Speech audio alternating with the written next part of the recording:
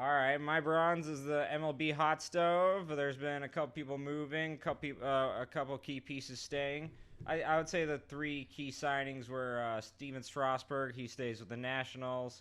Garrett Cole. He goes from the Houston Astros to the Yankees, and then Anthony Rendon goes from the Nationals to the Angels.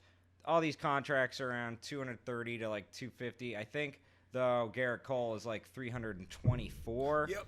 It was pretty massive. Correct. Pretty massive. So, First $300 million pitcher. yeah. Uh, Do you think any of these three key signings or any of the secondary or tertiary signings below it will have any major impact on any of the teams I mentioned or teams that lost pieces? Well, I think that first and foremost, I think all the signings are great for Major League Baseball. If you look at last year's offseason versus this year's offseason, there's a lot of movement. Last winter meetings, there was no major free agents who got signed. Everything drifted off into January and even February before spring training, and it made for a really stagnant offseason. This year, there's a lot of teams making moves. There's a lot of teams willing to spend money. There's a lot of teams who want to augment their rosters and become better. But if you look at these contracts, like I think Garrett Cole going to the Yankees, that's good for baseball. Like this is a guy who was drafted by the Yankees in the first round, didn't sign, went to the Pirates, got a chance to win a World Series with the Astros, and then put together one of the best seasons we've ever seen in Major League Baseball, and he cashed in on it. Steven Strasburg staying with the Nationals is also good for baseball because this is a guy who was the number one overall draft pick by the Nationals. It was the guy, one of their biggest parts of their turnaround besides Bryce Harper, and he stayed with his hometown team. That's great for baseball. And then Anthony Rendon, superstar player, one of the best, if not the best third baseman in the game right now, goes and joins the best player that we might have ever seen in Mike Trout. And they have a lot of upside in Anaheim right now. So all of these moves are great for baseball. It's going to get the market going. There's a lot of free agents still out there for teams to sign, and it's going to be really fun to see. No, for sure. Definitely the Nationals keeping Strasburg was a big thing. I mean, they're losing so many pieces. That's what happens when you're a team with so much success with young players. Everybody else wants them. You know what I'm saying? So, Rendon leaving, kind of saw that happening. I didn't think he'd stay with the Nationals. Would they want to pay Strasburg $200 million and Rendon $200 million as well? I don't know. But it's just like for him to go to the Angels, I think that's going to be crazy. A lot of bats on that team now. With him playing with Mike Trout, I can't wait to see that. It's going to be hard to pitch to a team with them two on there. And then also Garrett Cole going to the Yankees. I like seeing big pitchers in big markets. I don't know. I just really like it. Yeah. People get mad at the Yankees have so much money to spend, but hey, I like seeing it. I like seeing what they're going to do. And I think the Yankees, with Cole can take that next step in the playoffs. Because they've made it so far in the NL these last couple of years, but I think Garrett Cole can give him that push with a top ace like that. Mad, my Dodgers didn't get a top prospect this summer. We got money to spend, but we didn't make it happen. So I'm a little upset about that. But I might go see a Rangers game. I might go see an Angels game, whatever. Oh shush! The Dodgers are so loaded. We can always add more pieces though. Obviously, we need more because we lost to the Nationals. That was just you guys not executed. That team is insanely loaded. That's also true. Oh, well, okay. In terms of the macro, I thought Russell nailed it, so I won't even go to the macro. Yes, this is good for baseball, as Russell said. In the micro, I really think the Angels, they really actually made a big move here. To have Ohtani, to have Rendon, Trout, still got Pujols. And Pujols. Yeah. Those are four solid hitters. Yeah, it's going to be hard to pitch to those guys. It's finally a potent lineup. But with the Angels, they have the worst starting pitching in terms of innings pitched, and they have amongst the league's worst bullpens. So they still need to address all those issues. But still got to pitch. Yeah.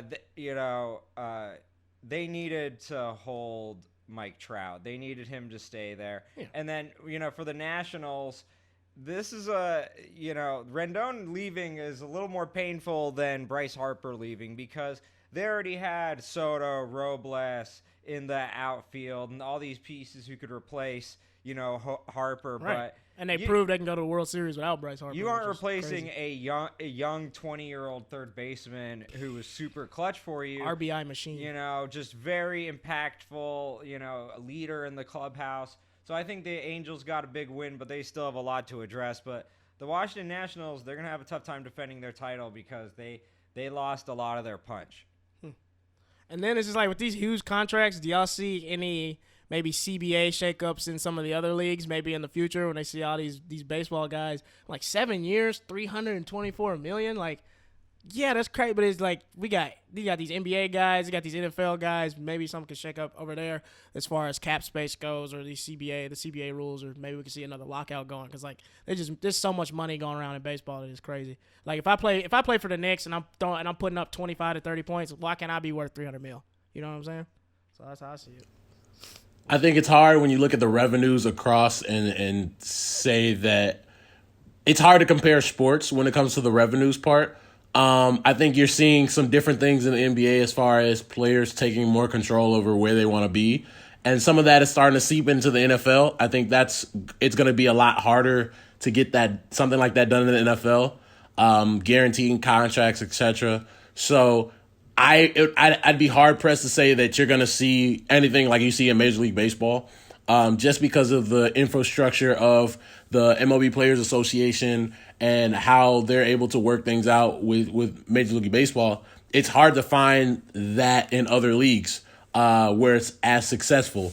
So yeah, it maybe at some point in time, but I don't think you'll ever see the revenue that you see or the salaries that you see in baseball and other sports, purely based because baseball has 162 games. Yeah. So it's a lot of work. From that standpoint, you're gonna have to allocate for that. But maybe maybe I'd say in the NBA before any other sport will you start to see, obviously we've seen the salary cap increase over the last couple of years. So maybe as time goes on, those salaries naturally will go up as well. Okay. Well, as far as the answer to why MLB has such a stranglehold on these contracts, back in the 70s, Marvin Miller, who was the head of the Major League Baseball Players Association, he was a mastermind at negotiating, getting all of these rights for the major league players, such as getting your contract guaranteed. He was a revolutionary in terms of that. All the other leagues are still catching up to what he accomplished in the 70s, but when he was doing this, he was not, taking into account all the TV revenue streams and how much money that these leagues would accrue from that source. And now that we're in that new era, that would be maybe the next step, is looking into getting into a piece of that pie from the players, because you look at the NFL, for instance, and there's a lot of the piece of the pie that could be used towards actually healing the players. That could be used in all the sports in terms of paying for their health insurance in their retired careers. So you could see that, but it's going to be hard to catch up to the major leagues because there's no Marvin Miller running any player association in the NBA or the NFL at the moment. True. The NFL need to get Suge Knight, nigga. That's what y'all tell that nigga to hold Roger Goodell over the balcony and make him give you your money.